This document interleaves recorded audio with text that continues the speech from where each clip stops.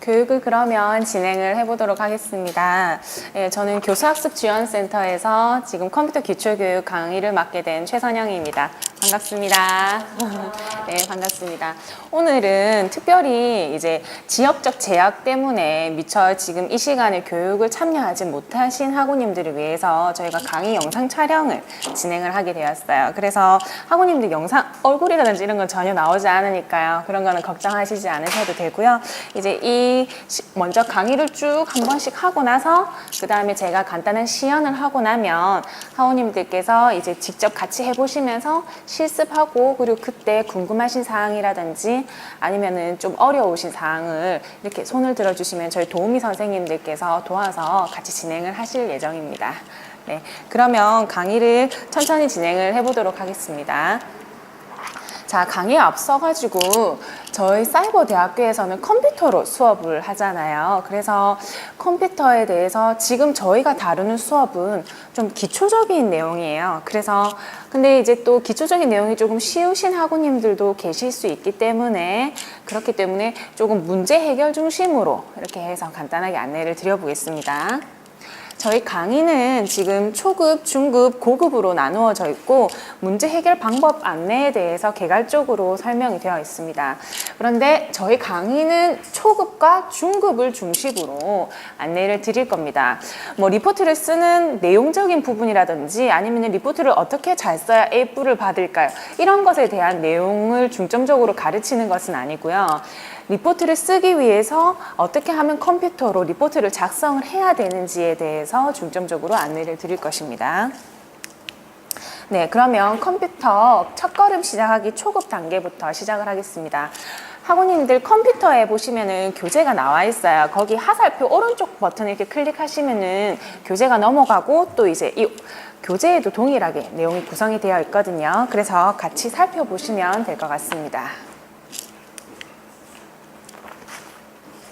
네, 저희가 컴퓨터를 통해서 수업을 들으실 때 학우님들께서 원격 교육이라든지 아니면은 이렇게 전화로 컴퓨터가 잘 되지 않아요 하고 상담 요청을 드릴 때가 있습니다. 그럴 때 저희가 보통 컴퓨터라는 용어 대신 PC라는 용어를 쓰기도 합니다. 그리고 노트북이라는 용어를 쓰기도 합니다. 하지만 거기에서 가장 중요한 것은 컴퓨터의 기본 구성이 어떻게 구성이 되어 있는지가 가장 중요하겠죠. 노트북으로 수업을 들으시는 학우님들도 꽤 많으실 거예요.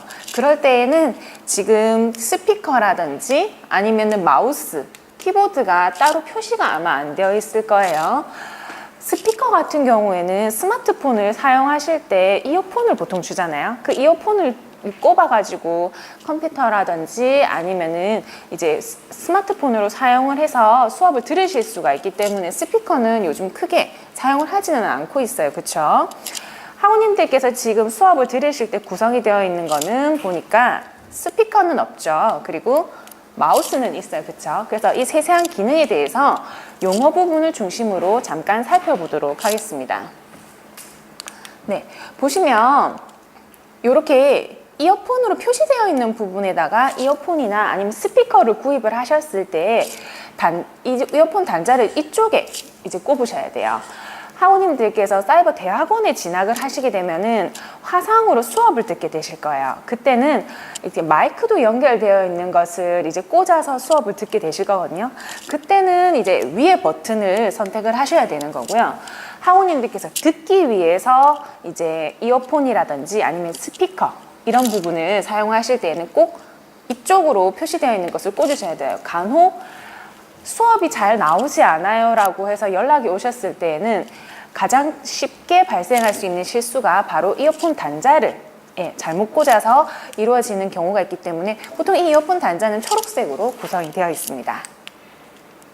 자, 학우님들 마우스 같은 경우에는 지금 학우님들께서 즐겨 사용하시는 것이기 때문에 아마 쉽게 아시리라고 생각해요. G 모양을 닮았기 때문에 마우스라고 부르고 있고 저희는 용어를 그대로 사용을 하고 있죠. 자, 한번 쭉 살펴볼게요. 옛날에는 마우스가 가운데 휠이 없었어요. 근데 요즘 나오는 마우스는 다 가운데 휠이 있어서 위아래로 이동을 할 수가 있죠. 네, 마우스에서 오른손처럼 가장 많이 사용하는 것은 바로 왼쪽 버튼이에요.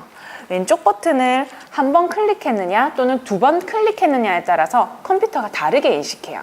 근데 이 두 번을 뭐 한 1초에 두 번 이렇게 따닥 약간 이런 식의 속도로 클릭을 해야지 컴퓨터가 한 번 클릭하는 것과 두 번 클릭하는 것의 차이점을 인지할 수가 있어요. 그리고 드래그라는 용어를 사용을 하는데요.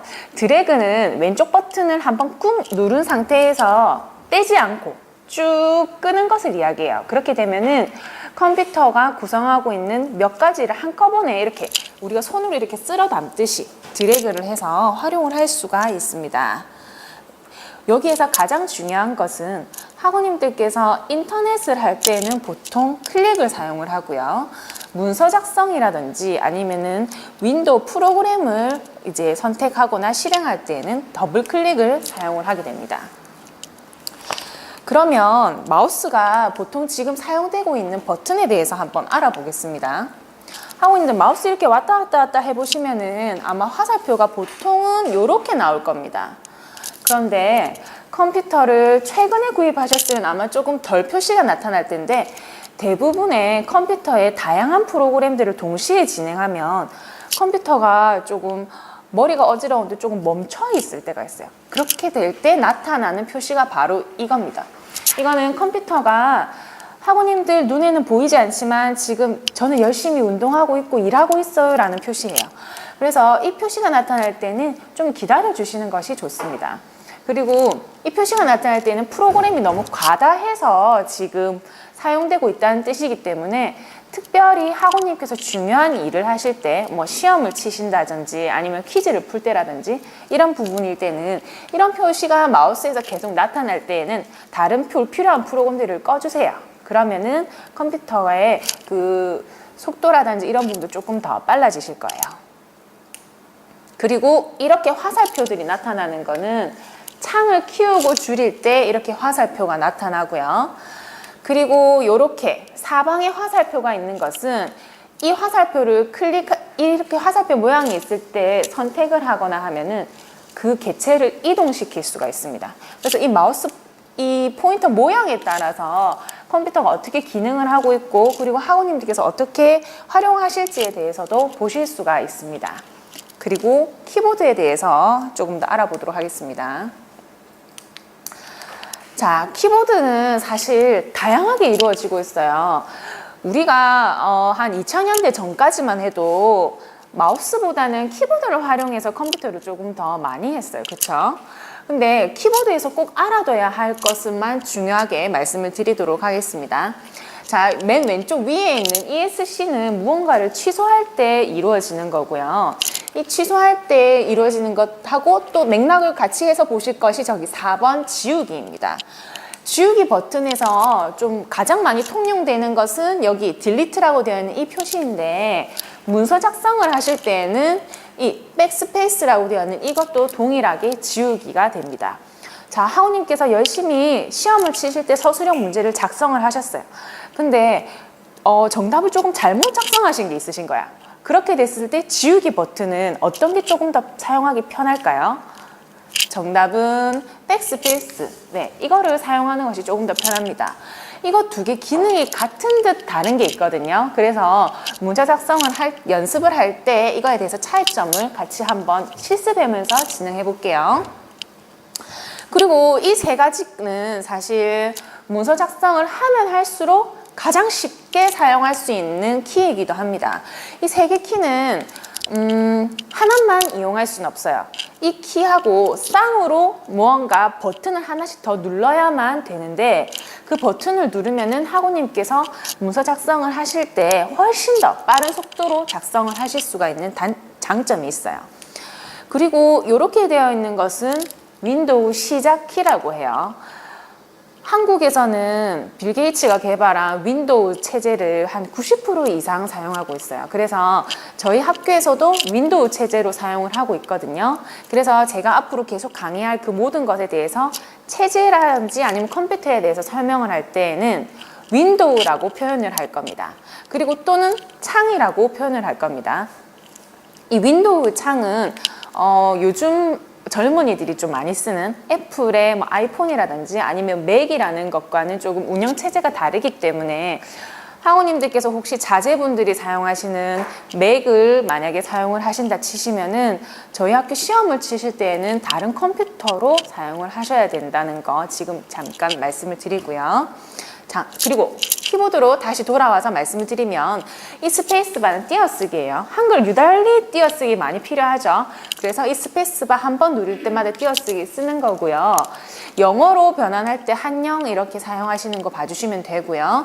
엔터키 같은 경우는 문장을 끝나고 다음 문단으로 이동할 때 엔터로 해서 한 줄 삽입 실행할 때 보통 많이 사용하는 부분이기도 합니다. 네, 여기까지 쉽게 따라오실 수 있으시겠죠? 자, 그 다음 바탕화면에 대해서 잠깐 살펴보겠습니다. 지금 저희가 안내드리는 부분은 윈도우 7이에요. 윈도우가 뭐 98, XP, 뭐 2000, 뭐 이렇게 쭉쭉쭉쭉 지금 진행이 되고 있는데 아직까지 저희 나라에서 통용되고 있었던 이제 운영 체제가 윈도우 7이기 때문에 7을 기반으로 해서 말씀을 드리고요. 학우님께서 이제 입학을 하셔서 기분 좋게 컴퓨터를 구매하셨다. 그렇게 되면은 이 모양이 아니고 또는 8 또는 10일 수도 있어요. 하지만 기본 기능 자체는 같기 때문에 주요하게 사용되는 기능을 이제 주로 말씀을 드리도록 하겠습니다. 네. 보시면은 학우님들 컴퓨터를 키면은 로그인을 하면은 이렇게 모양이 나타납니다. 여기에서 가장 학우님들이 많이 쓰실 것은 컴퓨터입니다. 컴퓨터를 유달리 잘하시는 사람도 컴퓨터라는 이 부분을 많이 사용을 하시게 됩니다. USB라는 용어를 들어보셨죠? 이제 이동식 디스크인데 이동식 저장소예요. 그 이동식 디스크를 꼽았을 때 어떻게 꼽혔는지 그리고 거기 안에 파일이 어떻게 들어있는지를 확인하시려면 이 컴퓨터를 더블 클릭하셔서 들어가셔야 됩니다. 그리고 휴지통 같은 경우에는 조금 이따가 실습을 해볼 거지만 컴퓨터에서 필요 없는 파일이라든지 아니면 쓰레기 이렇게 생기는 부분들을 이제 삭제를 하시겠습니까 하면 여기 휴지통에 들어가는 겁니다. 그래서 나중에 휴지통에 파일도 한번 찾아보도록 하겠습니다.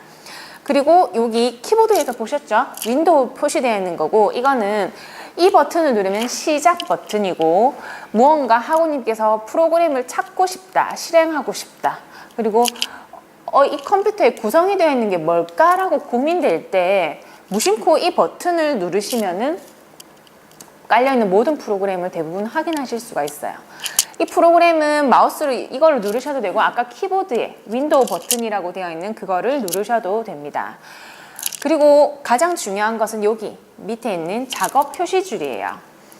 학우님들께서 원격 상담이라든지 이런 걸 받게 되시면은 작업 표시줄이라는 용어를 계속 사용하게 되는 걸 듣게 되실 거예요. 작업 표시줄이라는 거는 컴퓨터가 지금 내 눈에 보이는 프로그램을 실행하고 있다는 것을 알 수 있을 때 바로 이 표시줄에서 확인하실 수가 있어요. 그리고 맨 오른쪽에는 바탕화면 바로가기라는 초기 화면을 보실 수가 있고 그리고 그 오른쪽에 작게 되어 있는 이 아이콘들은 소리가 들리는지 또는 인터넷이 연결되어 있는지 이런 거를 바로 직관적으로 확인할 수 있도록 되어 있어요. 자, 작업 표시줄 보시면 이렇게 볼록한 것들이 있고 나중에 되면 안 볼록한 것들도 있을 거예요. 볼록한 것들은 컴퓨터 프로그램이 실행되고 있는 거라고 말씀을 드렸죠. 자, 시험을 치시게 될 때 시험 창이 안 뜨는 거예요. 저는 분명히 시험 버튼을 눌렀는데 창이 안 떠요. 어떻게 된 일이죠? 이렇게 하고 확인을 해봤더니 여기 작업 표시줄에는 시험이 실행이 되고 있는데 학우님 눈에만 안 보일 수가 있어요. 지금 작업 표시줄에는 이렇게 실행되고 있는 버튼이 보이는데 지금 여기 화면에는 바탕화면이죠. 이런 경우가 있기 때문에 혹시나 학우님께서 무언가를 클릭을 했는데 학우님 눈에 안 보실 때는 여기 작업 표시줄에 지금 실행이 되고 있는지에 대해서 꼭 확인을 해 보셔야 돼요. 그 다음 창의 구조에 대해서 설명을 해 보도록 하겠습니다. 창의 구조는 뭔가를 더블 클릭했을 때 아까 지금 컴퓨터를 더블 클릭하시면은 이 창이 떠요. 창이라고도 이야기하는데 이거는 사실 윈도우라고 이야기하지 않거든요. 이 창에 대해서 잠깐 설명을 드리면 학우님께서 지금 구성되고 있는 또는 컴퓨터에 용량이 어느 정도 남아있는지에 대해서도 파악을 하실 수가 있고요. 그리고 모든 프로그램의 오른쪽 위에는 상단에 3가지의 버튼이 있습니다. 이 3가지 버튼이 있는데 맨 왼쪽 거는 이 창을 최소화하는 거고요. 그리고 두 번째에 있는 것은 이 창의 크기를 원래대로 되돌려 놓는 것을 이야기합니다. 그리고 맨 오른쪽에는 이제 X 표시, 이거는 이 창을 닫는 것을 표시하고요. 모든 프로그램은 대부분 이 3가지가 있어요. 그래서 보통 작업 표시줄에는 있는데 학우님 눈에 잘 안 보이실 때에는 맨 왼쪽 버튼, 최소화 버튼을 눌러서 그렇게 생기는 일이거든요. 네. 지금 제가 이렇게 교재를 보여드리지만 학우님들께서는 바탕화면으로 한번 같이 찾아보세요. 자, 파일이라는 것과 폴더라는 것을 이제 제가 계속 말씀드릴 거예요. 파일이라는 것은 학우님들께서 확인하실 수 있는 컴퓨터의 가장 작은 객체예요. 뭐 예를 들어서 인간의 세포? 그 정도로 생각하셔도 될 것 같아요. 자, 이 파일들을 모아놓는 방을 바로 폴더라고 해요. 실습을 통해서 학우님의 성함이 적혀 있는 폴더를 만들어 볼 거고요. 지금은 먼저 파일 찾기를 해볼 겁니다. 파일 찾기는 바탕화면에 있는 작업 표시줄에 시작 버튼을 클릭하면은 이렇게 돋보기 표시가 있고, 그리고 여기 무언가를 적을 수 있도록 칸이 나와 있어요. 그쵸? 그 칸에서 학우님께서 필요한 파일을 찾으시면 됩니다. 예를 들어서 학우님께서 학우님 성함으로 리포트 파일을 저장을 하셨으면은 이 파일을 어디에 저장했는지 잘 모르겠다 생각될 때 여기 학우님 성함을 작성을 하시면은 그 파일을 찾으실 수가 있어요. 그 다음 폴더하고 파일도 만드실 수가 있습니다. 지금 폴더하고 파일 만들기까지 해보고 또 실습을 해보도록 하겠습니다.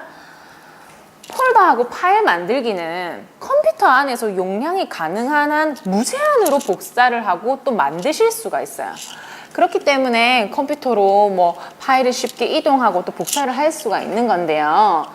학우님께서 만들고 싶어 하는 그 위치에서 오른쪽 버튼을 클릭을 하시거나 아니면 단축키를 활용을 하시거나 여러 가지 방법이 있습니다. 근데 학우님께서 아직 새로 만들기라는 이러한 방법이라든지 아니면 이름 변경 등등 앞으로 할 것에 대해서 좀 익숙하지 않으시다 싶으시면은 마우스 오른쪽 버튼을 클릭을 하셔서 그 오른쪽 버튼에 나온 메뉴들을 한 개씩 살펴봐 주세요. 그럼 학우님께서 할 수 있는 것들이 최대한으로 도움말처럼 나와 있을 거예요. 자, 그러면 실습과 동시에 진행을 해보도록 하겠습니다. 파일하고 폴더의 이름을 변경을 하실 수가 있으세요. 학우님 아까 폴더 이름이 어떻게 되어 있었어요? 새 이름으로 되어 있었죠. 제 폴더는 두견이라고 되어 있었거든요. 그 폴더를 이름을 바꾸는 방법은 크게 2가지가 있어요. 그 바꾸고자 하는 객체를 클릭하고 오른쪽 버튼을 클릭을 해보세요. 그러면은 이름 바꾸기라고 하는 것이 나타날 거예요. 네, 이름 바꾸기를 선택을 하셔서 학우님 성함으로 이름을 바꿔보세요. 그리고 두 번째 방법도 한번 해보시겠어요? 키보드에서 F2번을 누르시면 맨 위쪽에 있어요. F2가. 그거를 누르시면은 이름이 동일하게 변경됩니다. 그 폴더에 보시면 지우기라고 되어 있는 것이 있습니다. 자, 이제 파일이라든지 아니면 폴더를 지우는 것을 한번 해보도록 하겠습니다.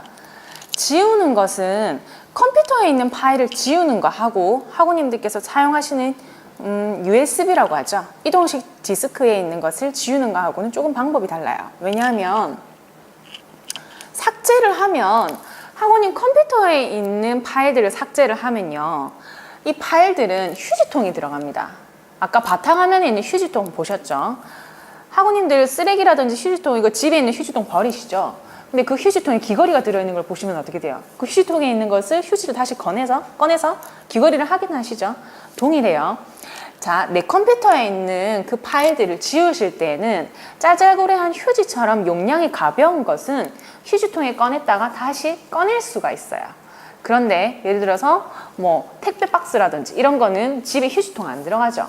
그러면은 바로 분리수거장에 버리듯이 컴퓨터에 있는 파일들이 너무 용량이 큰 것을 학우님께서 지우실 때에는 휴지통에 들어가지 않고 바로 영구 삭제가 됩니다. 그리고 이동식 디스크라고 하는 USB에 있는 것을 지우는 것은, 이동식 디스크는 한마디로 이야기하면 학우님들이 들고 다니시는 가방이에요. 가방에 있는 파일 휴지통을 다른 데서 버렸어요. 그 휴지통에 있는 파일을 집에서 찾을 수가 있나요?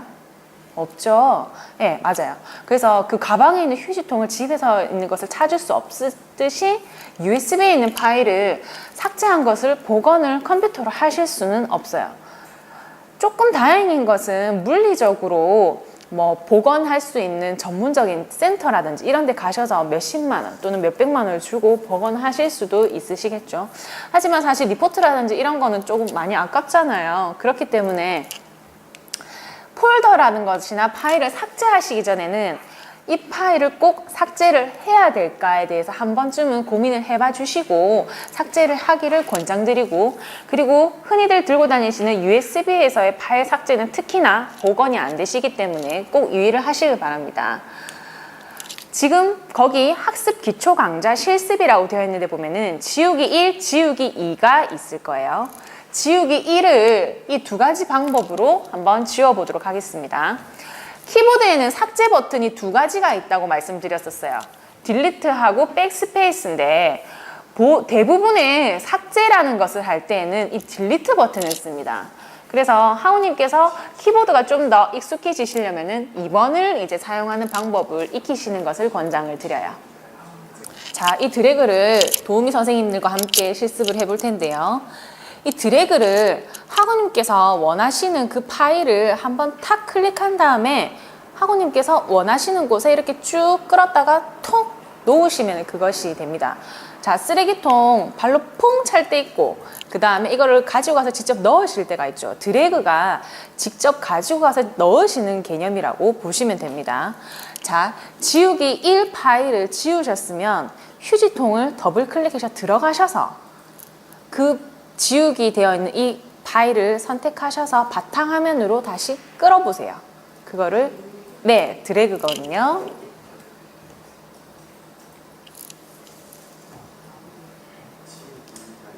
그러면 지우기 1이 바탕화면에 있을 겁니다.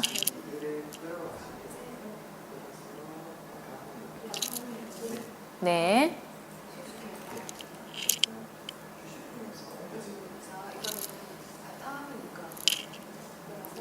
드래그는 정말 많이 사용하는 방법이기도 해요. 그래서 처음에는 왼쪽 버튼을 클릭을 하고 있으면은 이렇게 손가락이 좀 아프기도 하고 막 그래요. 그런데 이 부분을 좀 많이 사용을 하시게 되면 훨씬 더 작업이 빨라지실 거예요.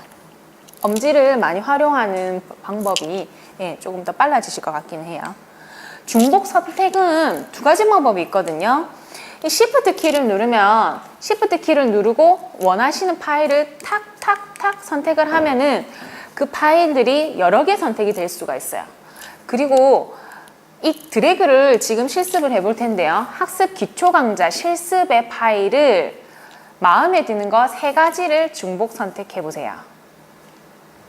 자, 중복 선택하는 방법은 여러 가지가 있습니다. 이 여러 가지 중에서 1번을 사용하셔도 되고 2번을 사용하셔도 되고 3번을 사용하셔도 돼요.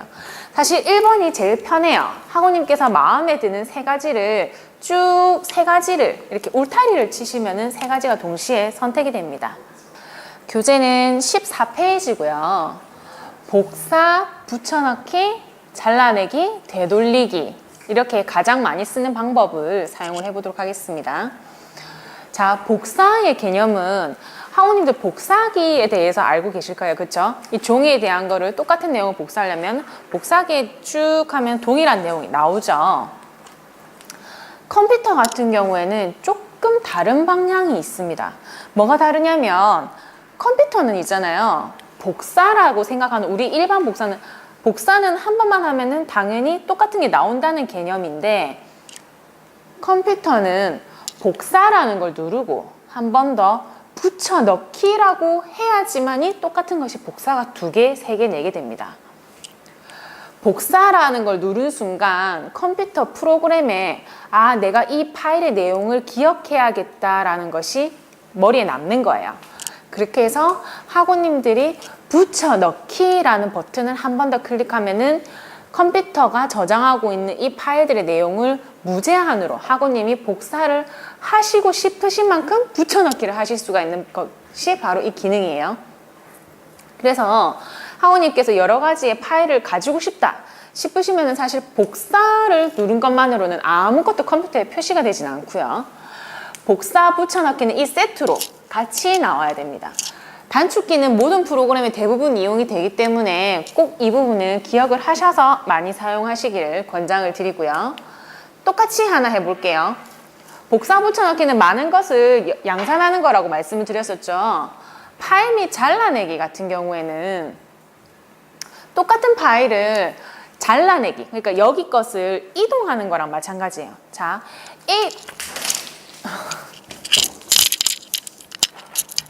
A 방에 있는 지우개를 B의 방으로 옮기고 싶어요.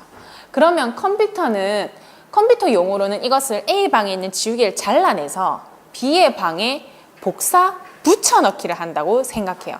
근데 사실 우리나라 사람들이 생각하기엔 아니면 전 세계 사람들이 생각하기에는 그냥 A의 방에 있는 지우개가 B의 방에 이동한 거잖아요. 그래서 이 기능은 사실 이동한 거나 마찬가지예요.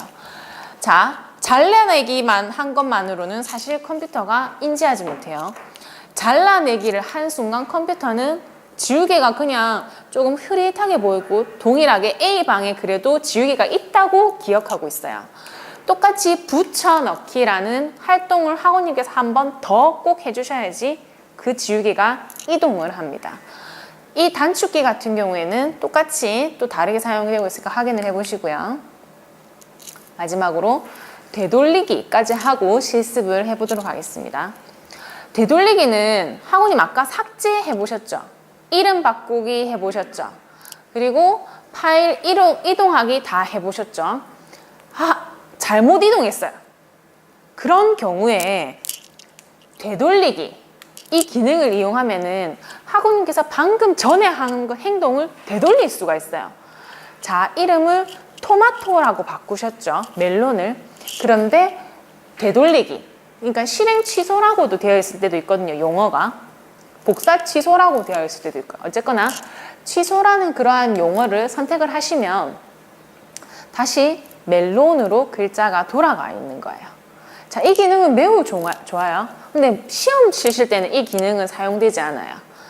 예. 수업을 들으실 때도 사용되지 않아요. 학우님께서 리포트 작성하실 때라든지 아니면 뭐 다른 인터넷을 하실 때든지 대부분의 프로그램을 사용하실 때는 방금 사용한 이 세 가지 기능이 활용이 될 겁니다. 학우님 혹시 스마트폰 가지고 계세요? 스마트폰 가지고 계세요? 네.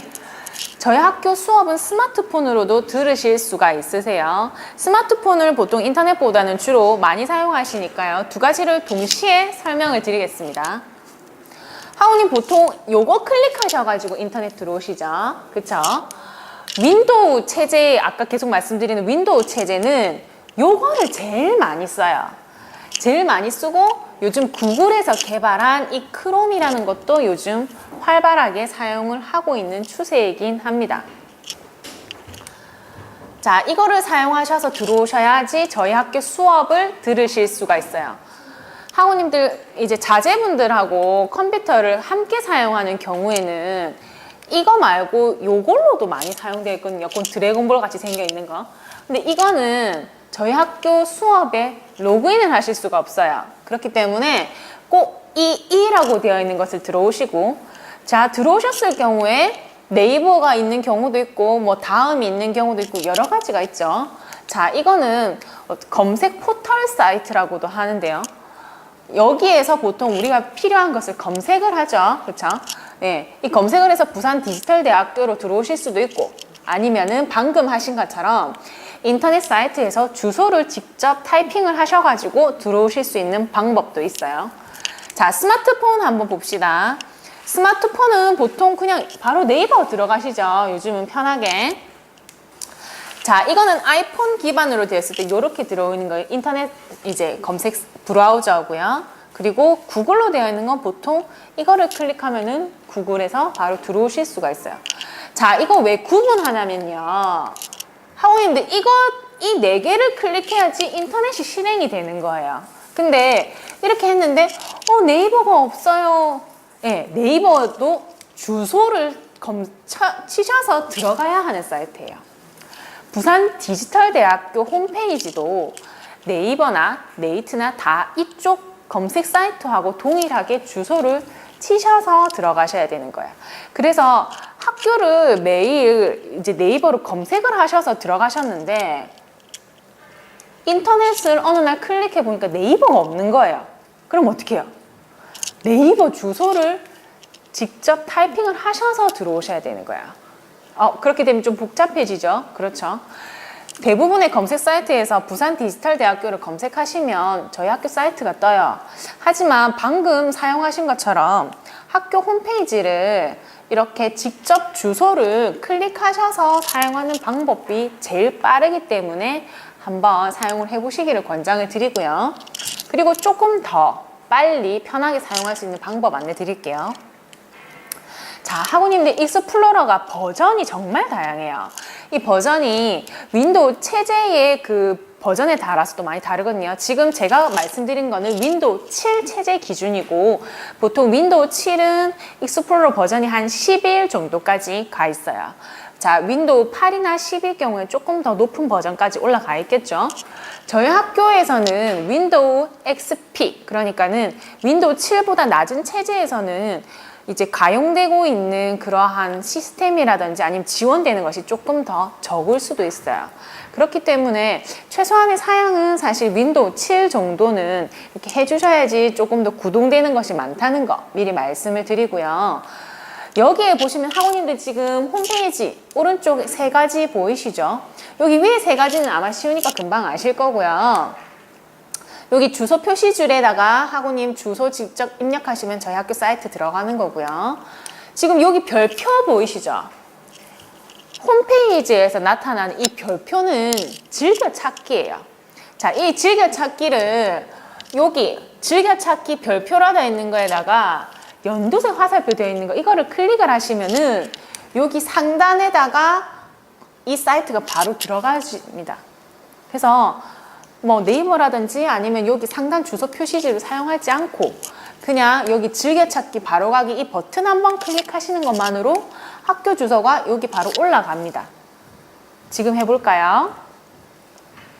자, 이렇게 버튼이 없는 경우에는 여기 별표, 노란 볼펜 말고 하얀 별표 있죠?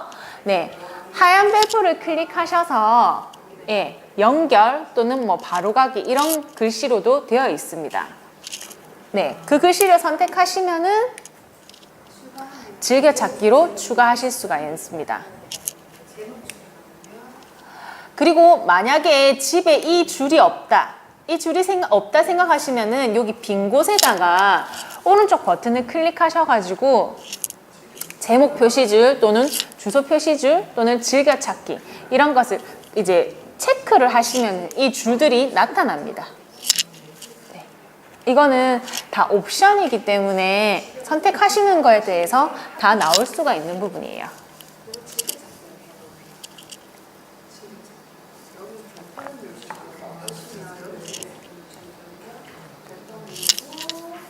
자, 정말 중요한 거 다시 말씀을 드릴게요.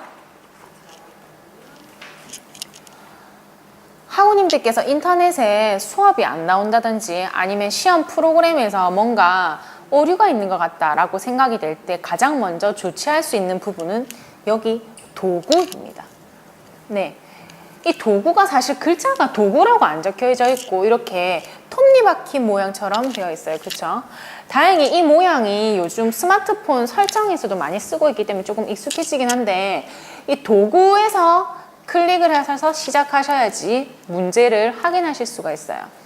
자, 지금 제가 용어를 계속 설명을 드리고 있죠. 왜냐하면 학우님께서 직접적으로 해결을 못 하시는 경우에 뭐 저희가 따로 매뉴얼을 제공을 한다든지 아니면은 전화로 또는 안내한다든지 아니면 원격 지원 서비스를 해드린다든지 다양한 방법으로 학우님께서 이제 문제 상황에 처했을 때 저희가 해결 방법을 지원을 해드릴 거예요.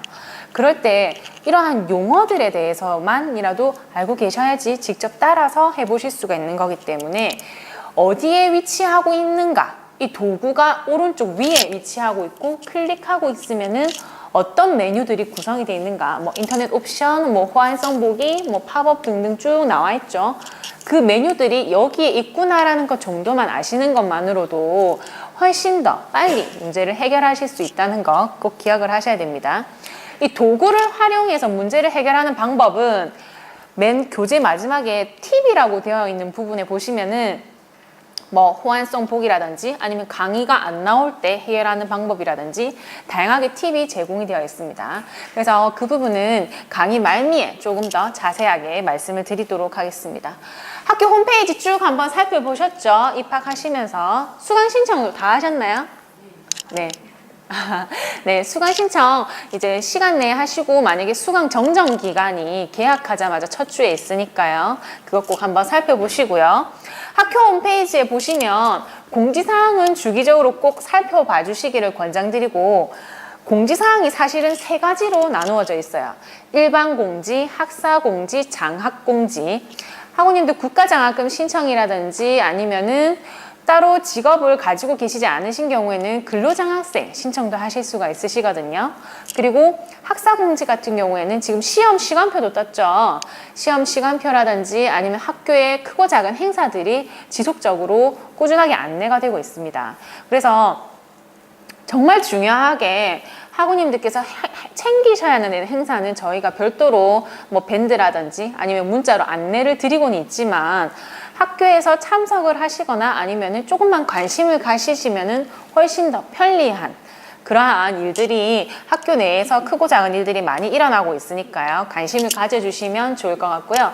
하단에 쭉 내려가 보시면은 사이버 학습 안내 있습니다. 그리고 초급에서 남아있는 강의가 바로 단축키입니다. 단축키는 제가 아까 여러 가지 설명을 드렸지만은 단축키는 있으면 빠르고 속 편하고 하지만 없으면은 조금 어렵게 돌아가지만은 찾을 수 있는 키이기도 해요. 빨간색으로 되어 있는 거는 아까도 계속 설명을 드렸지만 정말 중요하고 일상생활에서 학우님들께서 익히시면 정말 많이 활용하실 수 있기 때문에 표시를 드렸고요. 그리고 강의 콘텐츠에서 제어 단축키들도 있습니다. 이거는 일반적으로 사용을 하는 건데 보통 수업은 마우스로 클릭을 해서 실행을 합니다. 그런데 이제 강의 영상을 볼 때 잠깐 멈추고 싶다라든지 아니면 갑자기 화장실을 다녀와야 되는데 또는 이러한 상황들이 있죠. 그렇게 될 때는 마우스 찾아서 클릭하기보다는 키보드로 스페이스바 한번 탁 누르기만 해도 멈춥니다. 강의 콘텐츠가. 그리고 뭐 전체 화면 보기라든지 이러한 여러 가지 단축키가 있으니까요.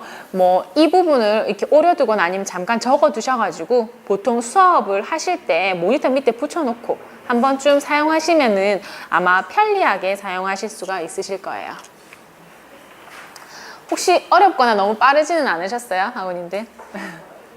네, 여기까지가 지금 초급 과정이었고요. 중급 과정부터는 문서 작성하시면서 실습을 조금 더 위주로 해서 진행을 해보도록 하겠습니다. 학우님, 저희 학교에서 지금부터 문서 작성하기 위해서 한글 문서 프로그램 작성하는 걸 배워볼 텐데 리포트 작성을 할 때 많은 서식이라든지 아니면은 기술을 요구하지 않아요. 왜냐하면 리포트에서 가장 중요한 것은 바로 리포트 내용이기 때문이에요. 그쵸? 근데 앞서서 말씀드렸듯이 지금 저희 수업에서는 리포트를 어떻게 하면 만점 받을 것인가에 대해서 안내를 드리진 않아요. 하지만 이렇게 쓰면 리포트가 조금 더 깔끔해 보일 수가 있고 그리고 실수하지 않고 리포트 제출하는 방법에 대해서 먼저 말씀을 드립니다. 자, 학우님, 제가 교재는 지금 이렇게 제시를 하고 있지만 학원님 실습을 동시에 같이 조금씩 진행을 해볼 거예요. 그래서 도우미 선생님들과 함께 한글 프로그램 문서를 여셔가지고 같이 진행을 해보도록 하겠습니다. 자, 바탕화면에 있는 한글 프로그램 2010 또는 2014 이거를 열어볼게요. 한글 프로그램은 한국인이 만들었어요. 근데 이 한글 프로그램은 버전에 상관없이 주요 기능이 같아요. 단축키도 같고요. 그렇기 때문에 학우님께서 집에서 사용하시는 뭐 한글 98, 한글 2002, 뭐 한글 2004, 2008, 2010 아무것도 상관이 없어요.